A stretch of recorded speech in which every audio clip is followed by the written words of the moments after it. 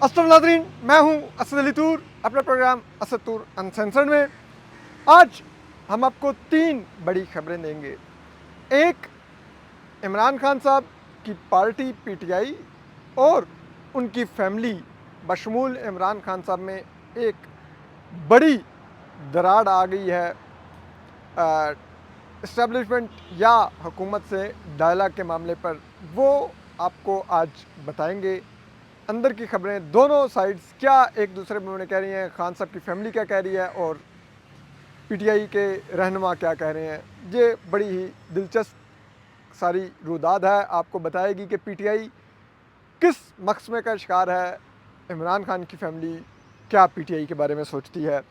ये बड़ा ही दिलचस्प है, ये आपको बताएंगे। इसके अलावा अब पाकिस्तान और भारत की फ़ौज के दरमियान जो डीजीएमओज़ के लेवल पर जो इस वक्त बातचीत चल रही है, उसमें एक बड़ा ही अहम पेशरफ्त हुई है। जो पाकिस्तान और भारत में जारी इस कशीदगी में एक बहुत बड़ा डी एस्केलेशन यानी कि कशीदगी में कमी का एक कदम देखा जाएगा और इसमें क्या किसने किरदार अदा किया ये भी आपको बताएंगे। जबकि तीसरी चीज़ आपको बताएंगे वो भारतीय शायर और नगमा निगार जावेद अख्तर साहब की एक स्टेटमेंट है, मैं उस पर कुछ बात ज़रूर करना चाहूँगा। जावेद अख्तर साहब कुछ अर्सा पहले पाकिस्तान भी आए थे, बड़े मशहूर नगमा निगार हैं, शायर हैं, अच्छी शायरी करते हैं। उन्होंने एक स्टेटमेंट दी है और उन्होंने कहा कि मैं पाकिस्तान जाने से बेहतर है दोज़ख चला जाऊँ। ठीक है जी, वैसे तो ठीक है, आप अभी भी जहाँ पर रह रहे हैं वो भी दोज़ख ही है। आपकी अहलिया शबाना आज़मी ऑन रिकॉर्ड कहती हैं कि मुंबई में मुसलमान होने की वजह से आपको कोई अपार्टमेंट नहीं देता। आपको घर या अपार्टमेंट किराए और ख़रीदने में जहाँ पर सिर्फ़ और सिर्फ आपके मुसलमान होने की वजह से मुश्किलात का सामना हो, उस जगह को आप अगर अपने लिए जन्नत शुमार करते हैं तो ऐसी जन्नत आपको ही मुबारक हो। हम इस दोज़ख में खुश और आपके बगैर खुश। और पाकिस्तान का जो ये आर्टिस्ट और इंटेलेक्चुअल्स का जो तबका है, उनको भी ऐसे नफ़रत अंगेज़ बयानात वालों को नहीं दोबारा मदऊ करना चाहिए। देखिए, जो फ़नकार होता है या शायर होता है, वो हमेशा मोहब्बत बांटता है, वो दिलों को जोड़ता है, वो लोगों को तफरीह फराहम करता है, लोगों के चेहरों पर खुशियाँ लाता है। क्योंकि लोग दिन भर की मसरूफियात, दफातर की, घरों की, फैमिली की टेंशन्स के बाद गमे रोज़गार से फुर्सत पाने के लिए वो टीवी स्क्रीन के सामने बैठता है। वहाँ पर वो कोई नगमा सुनता है, कोई ड्रामा देखता है, कोई मूवी देखता है, इसलिए कि ज़रा हकीकी दुनिया से थोड़ा फ़िक्शन की दुनिया में जाए तो कुछ बेहतर फ़ील करे। लेकिन अगर उस दुनिया में मौजूद लोग नफ़रत बांटें तो फिर याद रखिए, वो बोने तो ज़रूर हो सकते हैं, वो छोटे इंसान तो ज़रूर हो सकते हैं, लेकिन वो कोई बड़े कलाकार या अदाकार या शायर नहीं हो सकते। गुज़िश्ता दिनों अतीका ओडो साहिबा ने कहा, जो पाकिस्तानी अदाकारा हैं, कि फ़नकार मोहब्बत के सफ़ीर होते हैं। पाकिस्तान से बाज़ लोगों ने उन पर तनकीद की जो कि गलत की। अतीका ओडो साहिबा की स्टेटमेंट बिल्कुल दुरुस्त थी। पाकिस्तान के जो फ़नकार हैं, आप चाहे आतिफ़ असलम ले लें, राहत फ़तेह अली ख़ान ले लें,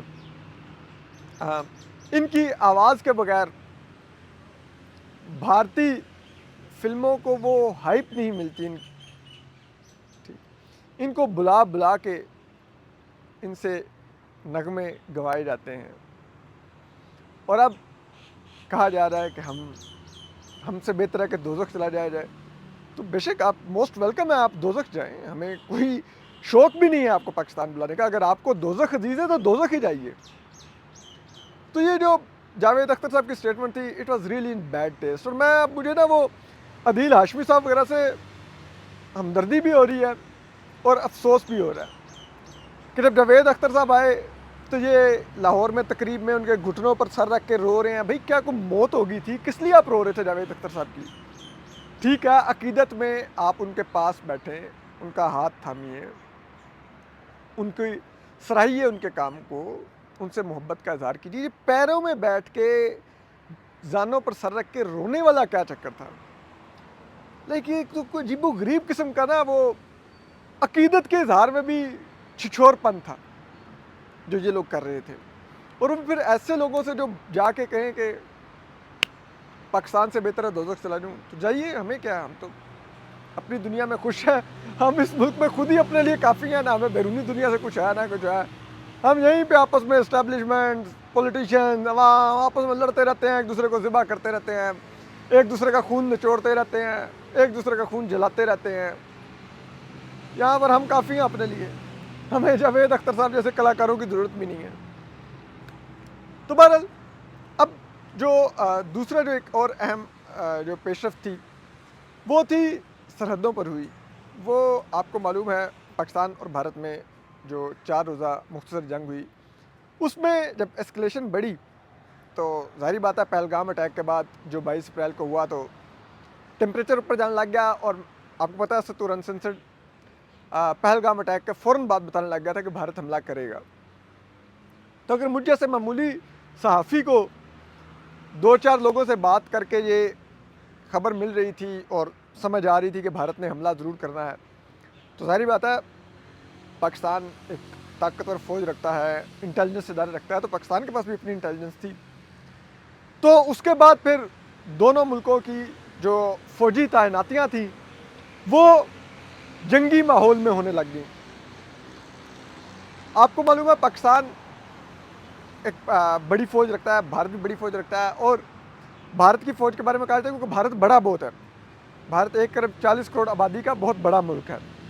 तो भारत की फ़ौज को अगर हरकत में लाना हो और पाकिस्तान की सरहद पर लाकर तैनात करना हो जंग के लिए, तो उसमें कम से कम 1 हफ़्ता लगता है। पाकिस्तानी फ़ौज, क्योंकि पाकिस्तान इतना बड़ा नहीं है, हमारी मूवमेंट इतनी बड़ी नहीं, तो हम 3 से 4 दिन में अपने आप को जंगी तौर पर तैयार करके अपनी फ़ौज सरहद पर तैनात कर सकते हैं।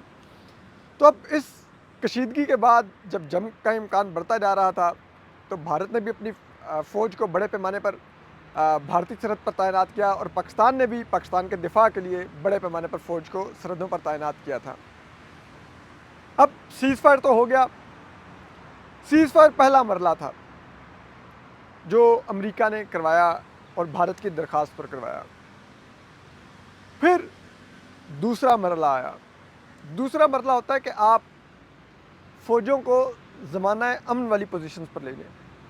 ज़माना अमन वाली पोजीशंस का मतलब है कि आप वापस फ़ौजी छावनियों में फ़ौज ले जाइए और सरहदों पर सिर्फ उतनी ही फ़ौज रहने दीजिए जो ज़माना अमन के ज़माने में तैनात होती है। अगर ज़माना जंग में अगर एक मोर्चे में 10 फ़ौजी तैनात हैं तो ज़माना अमन में 2 फ़ौजी तैनात होंगे, 3 होंगे और बाकी 7 पीछे छावनी में चले जाएंगे जो वक्तन फ़वक्तन 2-3 माह बाद उनको रिप्लेस करेंगे। तो वो इसी तरह से रोटेशन पर चल रही होती हैं। तो अब अमेरिका, बरतानिया और दीगर ममालिक की जो सिफारतकारी है उससे अब पाकिस्तान और भारत पर इतना दबाव था कि मामलात को जल्दी से नॉर्मलाइजेशन की तरफ लेकर जाइएगा। पाकिस्तान और भारत के DGMOs में इत्तफाक हुआ है कि 30 मई तक, यानी कि इस माह की 30 मई तक, आज 20 तारीख है, आज से 10 दिन के अंदर अंदर पाकिस्तान और भारत अपने अपने जो फ़ौजें हैं, जो बड़ी फ़ौजें हैं, उनको ज़माना अमन की पोजीशन पर वापस लेके जाएंगे। यानी कि सरहदों पर भारत भी अपनी फ़ौज की तादाद कम करेगा और उनको वापस अपनी छावनियों में लेके जाएगा और पाकिस्तान भी इसी तरह अपनी फ़ौज की जो तैनाती है उसको कम करेगा और वापस छावनियों में लेके जाएगा। और सिर्फ एक महदूद तादाद में पाकिस्तानी फ़ौजी भी और भारतीय फ़ौजी भी अपनी अपनी सरहदों पर जो ड्यूटीज़ सर अंजाम देंगे वो एक रेगुलर आम दिनों में भी वही होता है, तो वो होंगी। और ये एक लिहाज से बहुत बड़ा कदम देखा जा रहा है क्योंकि सीज़ फायर के बावजूद अगर दोनों फ़ौजें हालत जंग में सरहद के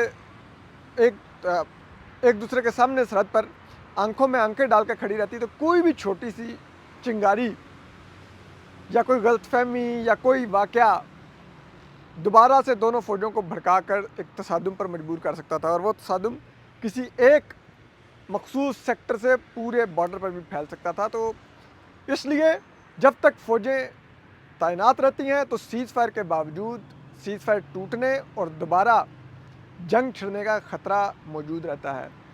और अब अगर 30 मई के बाद दोनों फ़ौजें ज़माना अमन की पोजीशन पर पहुंच जाएंगी इंशाल्लाह, तो फिर आप कह सकते हैं कि सीज़ फायर अब सही लफ्ज़ों में थोड़ा पायदार हो गया, क्योंकि अब अगर दोबारा फिर कोई कशीदगी होगी तो फिर वो दिनों में नहीं लड़ाई होगी, फिर दोबारा हफ्तों लगेंगे उसके बिल्डअप होने में, अगर खुदा न खास्ता कुछ होता है।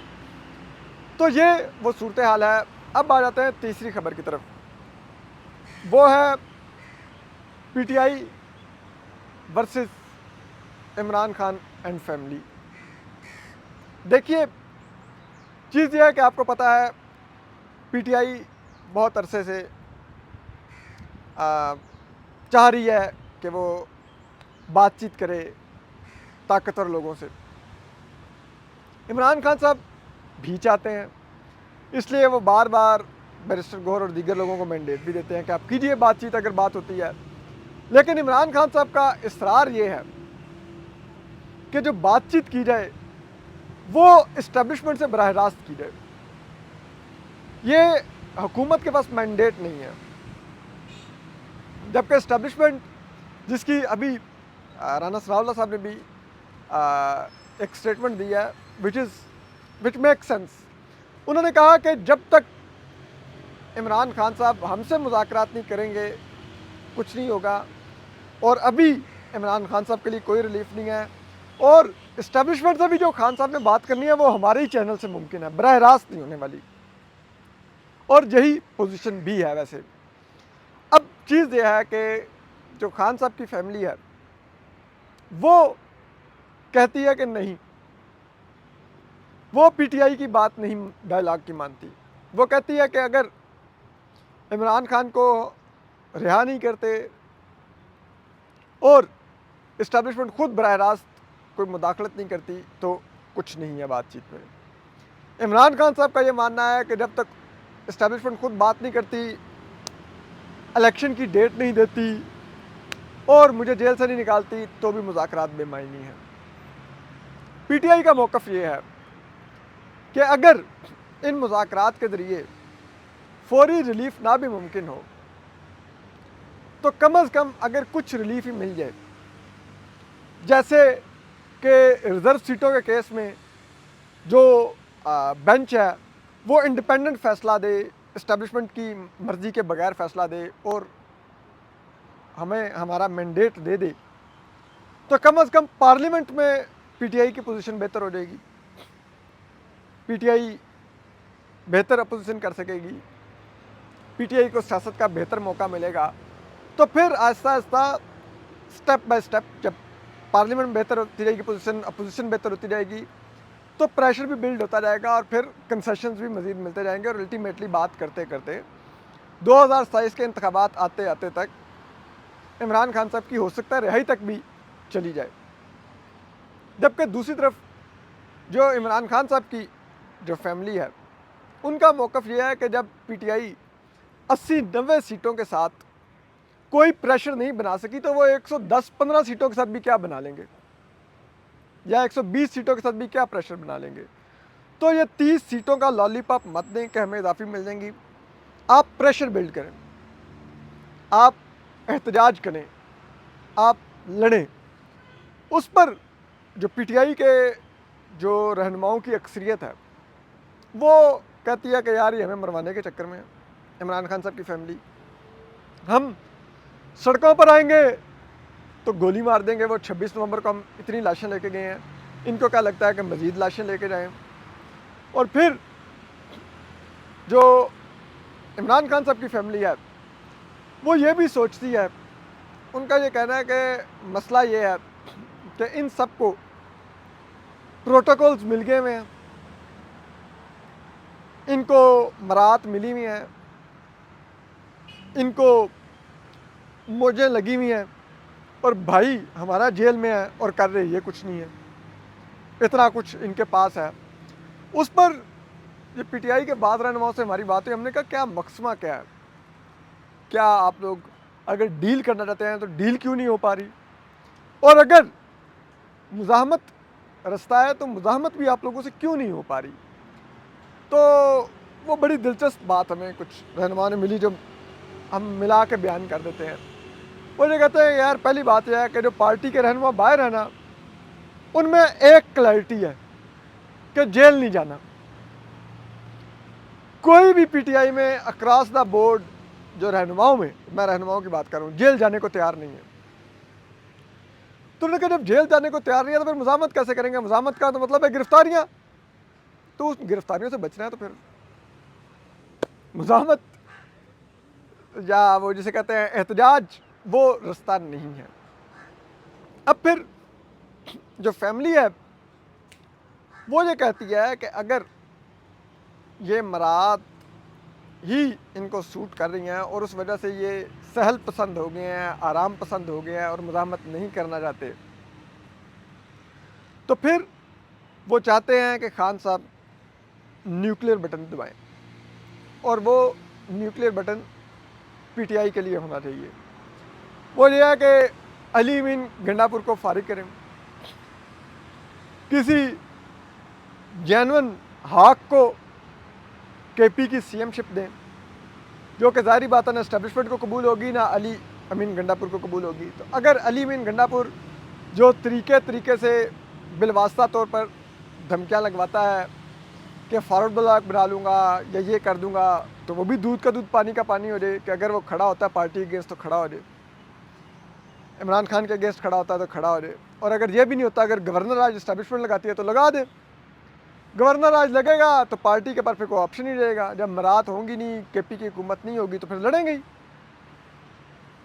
अब इस सब में जो इमरान खान साहब की अपनी जो सोच है, उनकी सोच के मुताबिक कि पीटीआई के केपी में से कोई भी शख्स उनके सामने नहीं खड़ा हो सकता, चाहे वो अली अमीन गंडापुर हो या कोई हो। उनका ये मानना है कि केपी का जो उनका वोट बैंक है वो ऐसा है कि वो इन रहनुमाओं को घरों से निकाल के, जिसे कहते हैं ना वो अंडे टमाटर मारेंगे जिससे मेरे से बगावत की।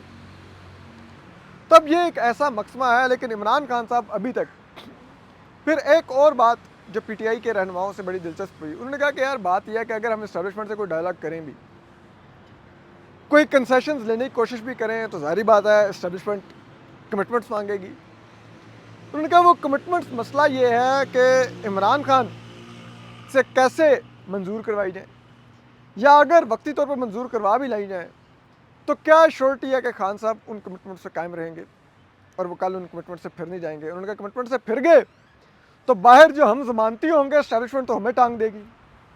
तो वो ये रिस्क भी नहीं लेना चाहते कि कोई जो डायलॉग हो उसमें कुछ वो नतीजा निकाल के खान साहब को डिलीवर कर सके। तो अब ये एक ऐसी सूरत हाल है कि आप अंदाज़ा लगाइए कि पार्टी खुद भी अपने बानी पर उतना एतमाद नहीं रखती, तो सोचिए इस्टेब्लिशमेंट कितना एतमाद रखती होगी इमरान खान साहब पर कि वो उनको बाहर आने दे। जब पार्टी इस्टेब्लिशमेंट को ये तासुर देती हो कि भाई हमें तो अपने लीडर पर एतमाद नहीं है, तो जो फरीक जिससे इमरान खान की लड़ाई है वो कैसे इमरान खान पर एतमाद करेगा।